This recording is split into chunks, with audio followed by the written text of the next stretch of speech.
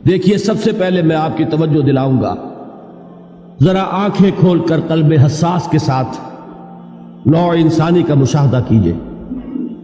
کیسے کیسے دکھ، کتنی تکلیفیں، کتنی محنت، کتنی مشقت ہے جو ہر انسان کا مقدر۔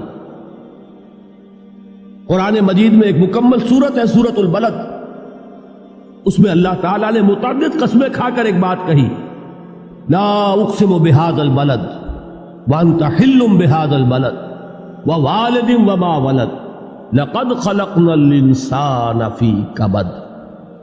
ہم نے انسان کو مشقت ہی میں پیدا کیا، یہ مشقت ہر انسان کا مقدر ہے۔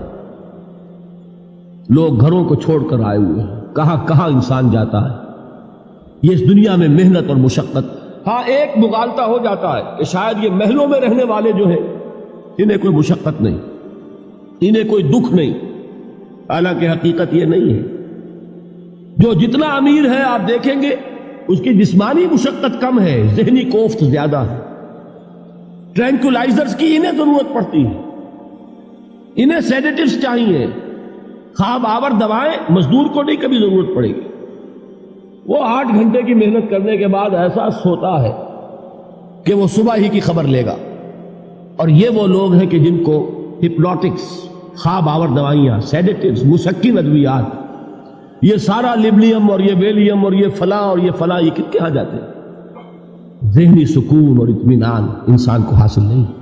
کسی کی جسمانی مشقت ہے، کسی کی ذہنی مشقت۔ میں آپ کو یاد دلانا چاہتا ہوں مہاتما گوتم بدھ کا معاملہ۔ 30 برس کی عمر میں کپل وستو کا شہزادہ محل کو چھوڑ کر نکل گیا، جوان بیوی کو سوتا ہوا چھوڑ کر گیا، شیر خوار بچے کو چھوڑ کر گیا۔ راجدھانی میں رہنے والا محل کا باسی، جسے یہ معلوم ہے کہ باپ کے بعد مجھے یہ سلطنت ملنے والی ہے، کیوں گیا؟ کبھی کبھی آپ نے سوچا؟ اس نے انسان کے غم اور دکھ کا مشاہدہ کیا۔ اس نے دیکھا کوئی اندھا ہے، ٹھوکر کھا کر گر رہا ہے، کوئی والدین کھڑے ہوئے رو رہے ہیں اور ان کی نگاہوں کے سامنے ان کا نہایت محبوب بچہ دم توڑ رہا ہے اور وہ کچھ نہیں کر سکتا۔ اس نے سوچا یہ صدمہ کیوں ہے انسان کا، یہ دکھ اس کا مقدر کیوں ہے؟ اس صدمے سے، اس دکھ سے نجات پانے کی بھی کوئی شکل ہے کہ نہیں؟ انسانوں کی ایک عظیم اکثریت، شاہ ولی اللہ دہلوی رحمۃ اللہ علیہ کے الفاظ ہیں کہ وہ لدو اونٹ اور کولو کا بیل بن کر زندگی بسر کرتی ہے۔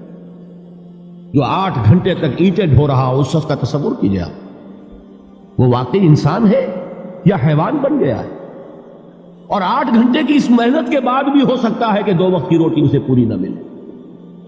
اور یہ تو ہو سکتا ہے، نہیں ہوتا ہے کہ اگر بچہ بیمار پڑ گیا ہے تو شاید کوئی برتن بیچے بغیر اس کی دوا کا سامان نہ کر سکے۔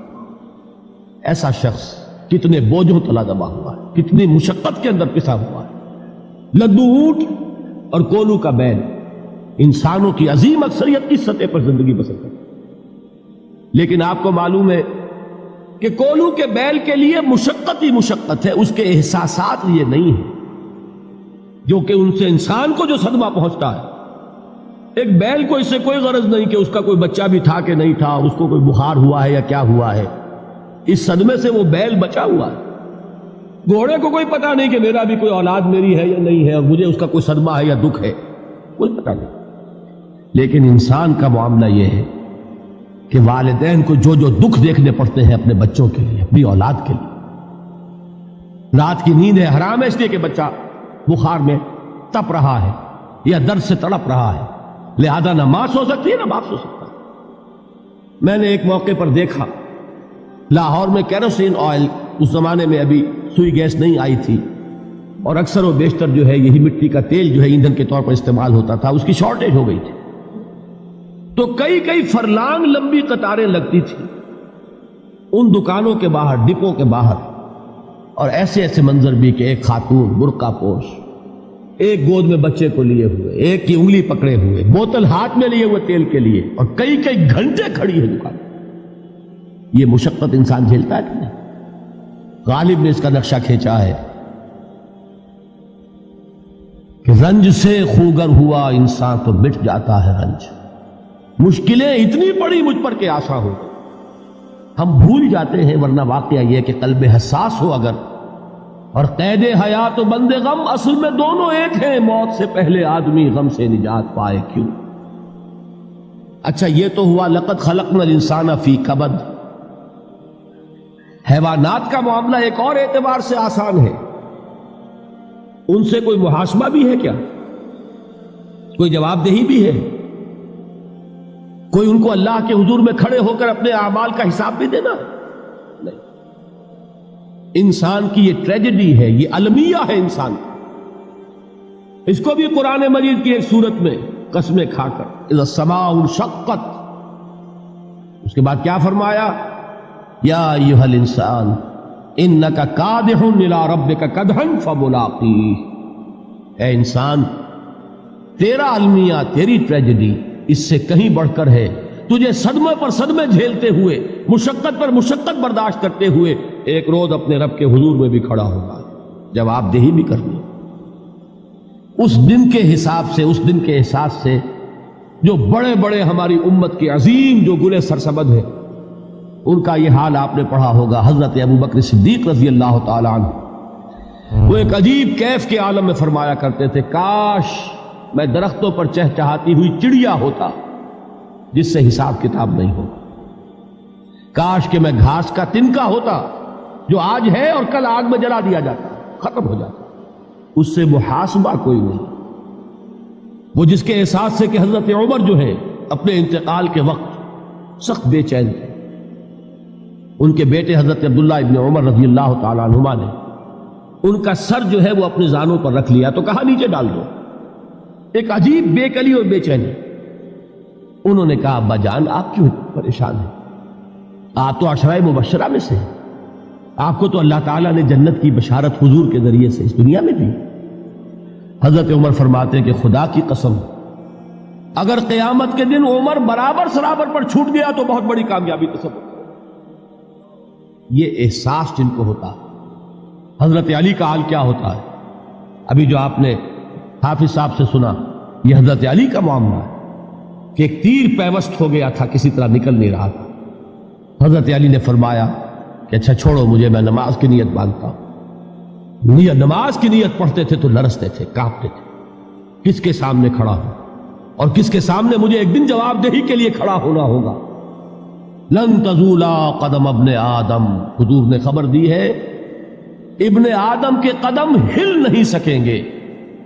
جیسے مجرم کھڑا ہوتا ہے کٹہرے کے اندر، اس کٹہرے میں سے ہل نہیں سکو گے حتی یسأل عن خمس، جب تک کہ 5 چیزوں کا حساب نہ لے لیا جائے. وہ 5 چیزیں کیا ہے؟ کان کھول کر سنیے. عن عمرہ فیما افناہ، عمر کا حساب دو. یہ 80 برس اور 70 برس ہم نے تمہیں دنیا میں دیے، کہاں ضائع کیے؟ وعن شبابہ فیما ابلاہ، اور خاص طور پر جوانی کا دور، امنگوں کے دن، ولولے ہوتے ہیں، قوت ہوتی ہے، توانائی ہوتی ہے، آدمی چلتے ہوئے زمین پر پاؤں مارتا ہے، قوت جو ہے وہ اپنا اظہار چاہتی ہے. یہ جوانی کہاں گلائی؟ حساب دو، ایک ایک لمحے کا حساب دو. وَعَن مَالِهِ مِنْ أَيْنَ اكْتَسَبَهُ وَفِيمَا أَنْفَقَهُ، ایک ایک پائی کا حساب دو. مال کا کہاں سے کمایا تھا، حلال سے کہ حرام سے، اور کہاں خرچ کیا تھا، گل چھروں میں، عیاشیوں میں، یا نیکی کے کاموں میں، ادائے حقوق اللہ کے دین کے لیے. 4 سوال ہو گئے. 2 زندگی کے بارے میں، ایک زندگی پوری بحیثیت مجموعی کہاں کس کام میں لگائی، اور خاص طور پر شباب کا دور کہاں لگایا. 2 سوال مال کے بارے میں، کمایا کہاں سے، حلال سے کہ حرام سے، جائز سے کہ ناجائز سے، خرچ کہاں کیا. اور آخری سوال وعما عمل فیما علم، جو علم حاصل کیا تھا اس میں عمل کتنا کیا. علم کے انبار لگاتے چلے گئے اور عمل کے آغاز کی بھی نوبت نہ آئی. یہ علم جو ہے یہ اس روز سب سے بڑا وبال بن جائے گا. اتنا علم اور عمل کچھ نہیں، بجائے کہ کریڈٹ کا ذریعہ بنے یہ الٹا ڈیبٹ کا کھاتہ بن جائے. یہ جواب دہی کا احساس ہے کہ جس کی وجہ سے انسان کی ٹریجڈی جو ہے وہ دوہری ہے. کوئی حیوان اتنے بوجھ تلے نہیں. مشقت کی، محنت کی، اس زندگی میں ختم ہوئے، اس کے بعد کوئی محاسبہ نہیں. اس کو بھی غالب نے خوب کہا ہے کہ اب تو گھبرا کے یہ کہتے ہیں کہ مر جائیں گے، اور مر کے بھی چین نہ پایا تو کدھر جائیں. یہ ہے وہ ہیومن ٹریجڈی